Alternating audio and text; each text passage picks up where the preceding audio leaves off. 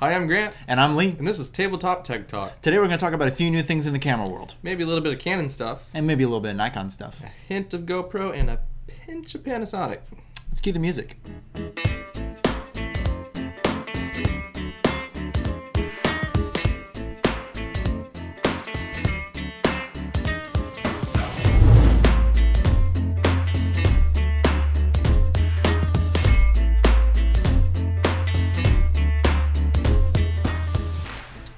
First on today's docket, GoPro.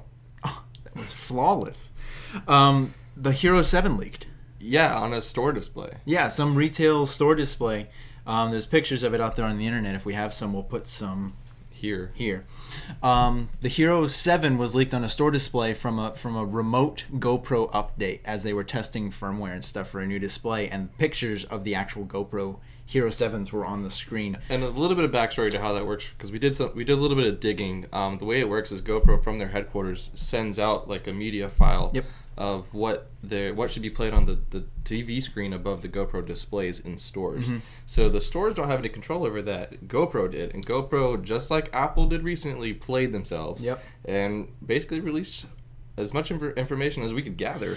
Yeah, a little bit. There's still some specs we don't know. We saw that it's still waterproofed at 33 feet and stuff like that. Yeah. But as for like videos and resolutions and internal software stuff, not much was actually leaked. And they're going back to their roots where they're doing a white, a silver, and a black version, just like they did with the 3 and the 4. Yeah, so it looks like they might clean house.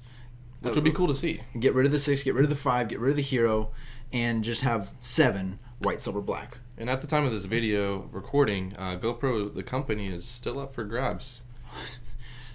Sony, if you're listening, please pick up GoPro. GoPro's a great buy right now. And if you're not invested in GoPro, now's the time to do it. Yes, it is. $4 a stock. Oh my, that's so cheap. So that happened, and there's squawking about that GoPro's announcement, their keynote announcement for the new camera is coming out later in the month. So we're really not too far away from the next GoPro.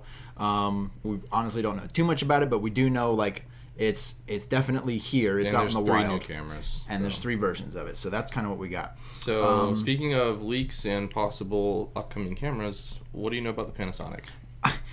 Almost nothing.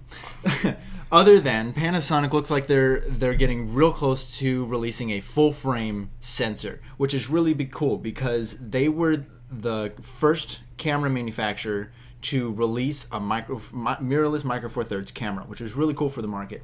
And so now they're taking a huge step and jumping straight into full frame, which is going to be really interesting because boy do they know how to do video. Yeah, and the G7X is on the market, one of the first, really the only prosumer cameras that'll do 4K at 60 frames. Yeah. And they have a solid beast of a camera, so I'm excited to see what they can do with full frame. Me too. Their dynamic range is astounding. Their color science is up there with Canon. Yeah. And they just have a really, really good refined system. They've been doing it well for a long time. Now, a full frame camera means going from micro four thirds to a full frame mount. The mount's going to change, and so your lens line's going to change. I'm sure they'll have adapters for that, but you're going to have to deal with a crop ratio when you're going from the micro four thirds to the full frame. So you're probably going to be better off buying native glass. But that is looking like September 25th is kind of up there in Panasonic's world for their release of this camera. I'm really excited to see it just for the fact if they can do 4K at 60 or even bump it up to 4K at 120. On a full frame sensor, no line skipping. That will be amazing. We're praying for you, Panasonic. Next up, Nikon. The D3500. Have you seen this thing? Yes. It's so sadly cute. Seen this thing. It's so cute. Sadly cute. Spec for spec, the same camera as the Nikon D3400, which I'm a little salty about because you can't just make something a little bit smaller and call it a new camera without actually changing anything.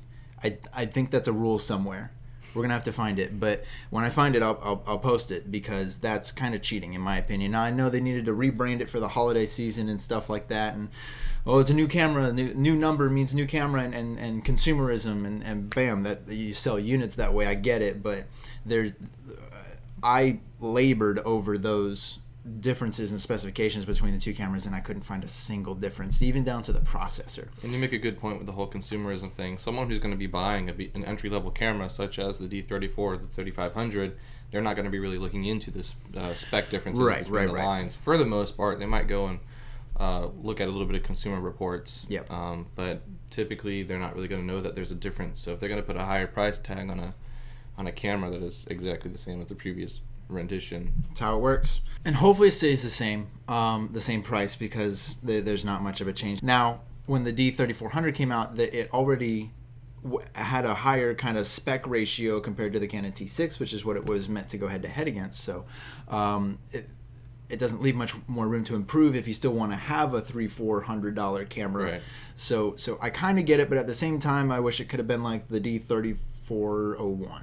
Yeah, I'm curious to see how it sells this holiday season. I'm sure they'll sell plenty. I'm sure it's going to fly off the shelves. Yeah, we'll see. Speaking of flying off the shelves, not really. The new Canon Great Whites. Those don't really fly off the shelves. That was a transition.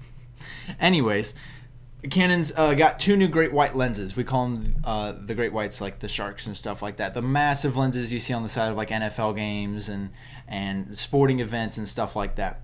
Canon came out with 2 new versions of them: the 400 2.8L IS3 USM and the Canon 600 f4L IS3 USM. Both version 3s. Oh, it's more than a mouthful. That's the third iteration of them. Both first gens came out in 1999. The second gens both came out in 2011, and now we have both third gens in 2018.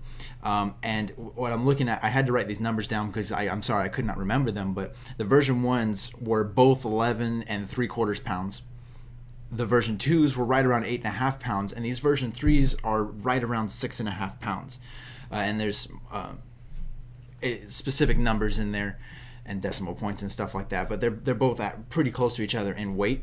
The 600 usually being a little bit heavier on those two numbers. Basically, in 9 years they've cut, or excuse me, 19 years. Yeah, in 19 years they've cut the weight of these lenses in half, which is and that's insane. If crazy. you've ever seen one of these lenses or held them, they are heavy.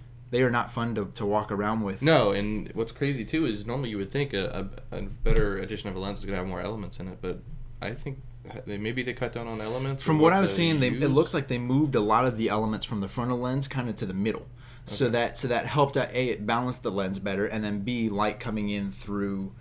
You don't get weird aberrations and stuff like that coming in from that front element. So it looks like they balanced the weight a lot better, and then with new coatings and new elements that were kind of coming across and stuff, spectra coatings, air weight, AWCs and stuff like that, it helps the lenses become much smaller, much lighter, much more compact. And I know with the 70-200, the newest edition of that, it was a lot sharper. Yes. Than the previous model. Are these going to be a lot sharper? They should be. They've got a few new coatings and stuff like that, but I think the majority of what they were trying to go for is weight reduction, and they nailed it. I cannot wait to get my hands on one of these, the 600 or the 400, to play with it, because I have used the 600 f4.2 and I have used the 400 2.82 in a few different environments. So I'd really like to put both of them head to head, and just reading the numbers, I'm astonished at the weight loss. So Canon put themselves on a diet, and it seems to be working. Yeah, good job, Canon. I think that's all we got time for this week, though. I think so. We covered a lot of good stuff, and we'll have a lot of good stuff next week. Stay tuned. We got a lot of behind-the-scenes stuff on our Instagram page, Tabletop_Tech Talk. Links are all in the bio and stuff like that. But if you want to keep seeing more of this interesting stuff that we pretend to know a bit about, follow us on Instagram.